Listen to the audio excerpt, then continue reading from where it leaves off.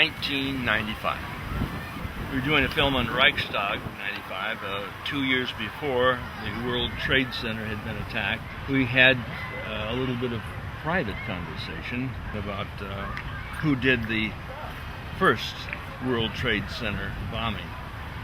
The FBI had an informant in among the terrorist group on the World Trade Center car bombing February 26, 1993. And Salam, a former Egyptian officer, 43 years old, was commissioned by the terrorists, he was one of the terrorists, to put the bomb together for the bombing of the World Trade Center. And he went to his FBI superiors. He said, "We're going to use a dummy bomb, aren't we?" And they said, "No, we're going to use a real bomb." Well, Ted, wasn't this guy a terrorist hired by the United States government, hired by the FBI? In fact, did they not, in fact, give him monies to buy the bomb which went into the World Trade Center? He was an informant for the FBI against the terrorists, and he wore a body mic on their instructions when he met with the terrorists. And unknown to the FBI, he wore a body mic when he met with the FBI. And fortunately for him, otherwise he probably would have been prosecuted himself. This came out during the trial, and it appeared in the October 23, 1993 New York Times. This information I'm telling you right now. And so he was told to put the bomb together by the terrorists. The FBI told him, "No, we're going to use a real bomb, we're not going to use a dummy bomb." And the FBI not only furnished the ingredients for done and knew in advance that they were going to bomb the World Trade Center car bombing with the car bomb, they furnished the ingredients for the bomb. Well, this is a sting operation, wasn't it? It's a sting operation, yes. But nevertheless, the sting operations can go down without using real bombs. There were 6 people died in that bombing. I think 1,000 people were injured and $500,000 in damage. $500 million. $500 million? $500 million. And there's just absolutely no excuse for this. But that's all part of the ploy by the government, this covert government criminal enterprise. I call it rogue government criminal enterprise. It's all part of the ploy by them. After that, of course, the car bombing of '93, Oklahoma City bombing, and then 9/11, and then all these terrorist acts were designed in order to set up Homeland Security, pass the Patriot Act, and take away many of our constitutional rights and civil liberties. Now, the Homeland Security Act was put together on the same line of thought as was done in Nazi Germany after Hitler's people burnt down the Reichstag. So they passed the Enabling Act, and our Homeland Security Act is in fact the Enabling Act. In fact, they're even using some of the same words. So we're talking about setups. From the FBI, you know how some of these guys work now. So are you telling them that this is an inside job, and these the whole terrorist operation happened when Sheikh Omar Abdul Rahman's terrorists were literally given passes, visas, to come into the United States? The State Department they give out the visas, don't they? So if they give out the visas and they're known terrorists, and then they infiltrate the terrorist operation with Ahmad Salem, a former Egyptian army officer, this whole damned thing was by design. Absolutely. The whole terrorist movement is by design. As I said, the whole terrorist movement is by design to set up Homeland Security, pass the Patriot Act, take away our constitutional rights. It's all on the drawing board. It was on the drawing board. The car bombing of '93 was just the first step. There weren't enough people killed in order to pass it. So then they had to come along and have Oklahoma City. I think there were, 168 people died? Yeah, children too. In Oklahoma City. And at Dade Nursery there, the ATF agents, children were not in the nursery that day. Oklahoma City bombing was not by a fertilizer bomb. That's ridiculous. Fertilizer bombs are used to blow up stumps in the back of the farmer's yard. This was by a bomb known as electro-hydrodynamic gaseous fuel device, otherwise known as a barometric bomb.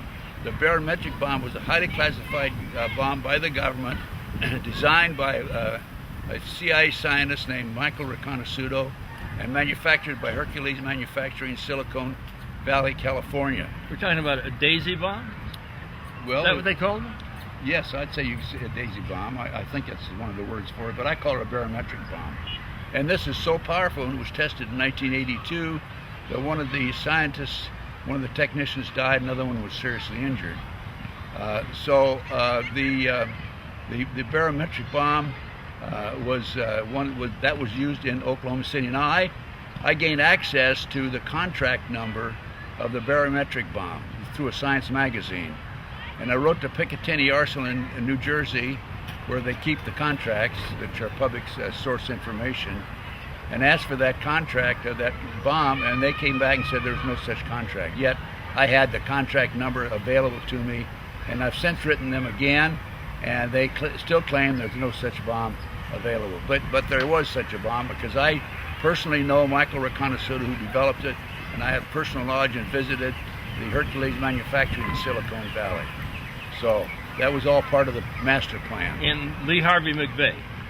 Lee Harvey McVeigh. Lee Harvey McVeigh, right? Lee Harvey Oswald. He was a government agent. Lee Harvey McVeigh, actually Timothy McVeigh, wrote a letter to his sister when he was in prison, and told his sister he'd been recruited by the CIA to work on the assassination squad for the CIA, and also to work on the CIA drug operation. Now the CIA, of course, is the enforcement arm of the CFR. I'm taking a look at the death dumps that are flying over here. In fact, we did a thing right in the park here in Los Angeles, and in the background there were death dumps. There are death dumps over us today. Just like the air of Auschwitz. This is Easter Sunday. They don't let up. This is the day that Christians, like myself, celebrate for the birth of Christ, the rebirth of Christ, and these people are trying to kill, maim, destroy, sicken the people of the planet, right? That's right, absolutely right. It's all part of the master plan. And then, of course, after Oklahoma City, we had 911. And by the way, going back to Oklahoma City, Terry Nichols, who's a co-defendant with McVeigh, has filed an affidavit in the U.S. District Court in Salt Lake City, claiming that Larry Potts, number 2 man in the FBI, was the person who orchestrated Oklahoma City. Larry Potts. Number 2 man in the FBlie. I call it the FBlie, my friend. We've been friends for 35 years. And when I first met him, I said, my mother introduced me. I said, I was in the FBI at the time. He was head of the FBI at the time. In 1995, Ted and I were talking across from each other in front of a camera, saying that I don't want to put words in your mouth. What did you say? We're going to have another terrorist attack. And tell them that. But I predicted another terrorist attack because the Patriot Act did not pass after Oklahoma City. And therefore they needed another terrorist act in order to get it passed, which they did, and which occurred, 911. And then we have the Homeland Security and the Patriot Act passed by Congress. By the way, the Patriot Act was originally written under the George Bush Senior administration, and one of the women authors, a Department of Justice attorney, said that people will have to be killed before this passes. Well, what happened, as you know, 911 people were finally killed, enough people killed that it passed. Now, the original bill had been reviewed by the Judiciary Committee in Congress and approved, and at 3:45 a.m. the morning that it was to be voted on by Congress, George Bush Jr., Baby Bush I call him, came in and slipped in the current bill that was passed, which was not read by the Judiciary Committee. So what that means is that the members of the Congress passed the bill without even reading it, thinking that the Judiciary Committee had approved it. Well, there was a Vietnamese communist. The Vietnamese communist wrote the bill. That's what was supposed to protect you, right? He was that bill. He was a Department of Justice attorney.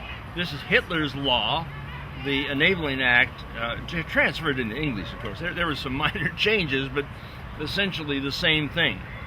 Not to protect the people, but to enslave the people. Not to give them more rights or to protect their rights or your right for anything, but to take it away. And we were having this discussion in 1995. And we were saying, I agreed with him. I said, this thing is coming. Damn, they're going to do it again. And then I was on September 11th. I got a phone call from you. And you said, they've done it. They've done it. We were expecting it for 6 years. They did it. And then I said, I'm on it. I'm in the studio. We're editing it now. He said, what do you mean editing? I said, yeah. I was picking out clips and we're editing that night. That night. We did Illuminati 911. Oh, is this Illuminati-like? Absolutely. Reichstag was burnt down. They blamed it on the communists. Right. And then they took on the German people. That made Hitler the Fuhrer, right? He gave them what this government and the FBlie is giving you. Are they screwing us? Let's put it this way. They're taking all the steps necessary in order to take over our country. I understand that recently there's a bill that's been introduced in Congress that anybody says that 911 is an inside job could be prosecuted. What about the First Amendment to the Constitution, freedom of speech? What's going on here? I mean, any congressman that would even think of introducing that bill got to be a traitor to our country and a traitor to the Constitution. That's just part of the bill. That's just part of what's going on. This whole thing is orchestrated. The New World Order has orchestrated the destruction of the middle class. That's the backbone of America, the middle class. That's the strength of our country. And they have destroyed it. And they're working overtime to destroy it. Going back to 1996, when they established GATT and NAFTA, companies moved out of the United States, allowed traffic to come into this country from Mexico, allowed drugs to come in. Drugs are being poured across the border by the truckload right now because of GATT and NAFTA. These Mexican semi-trailers are coming in loaded with the drugs. And our government allowing it to happen, destroying our country, a great country that we had, the greatest country in history, and they're destroying it.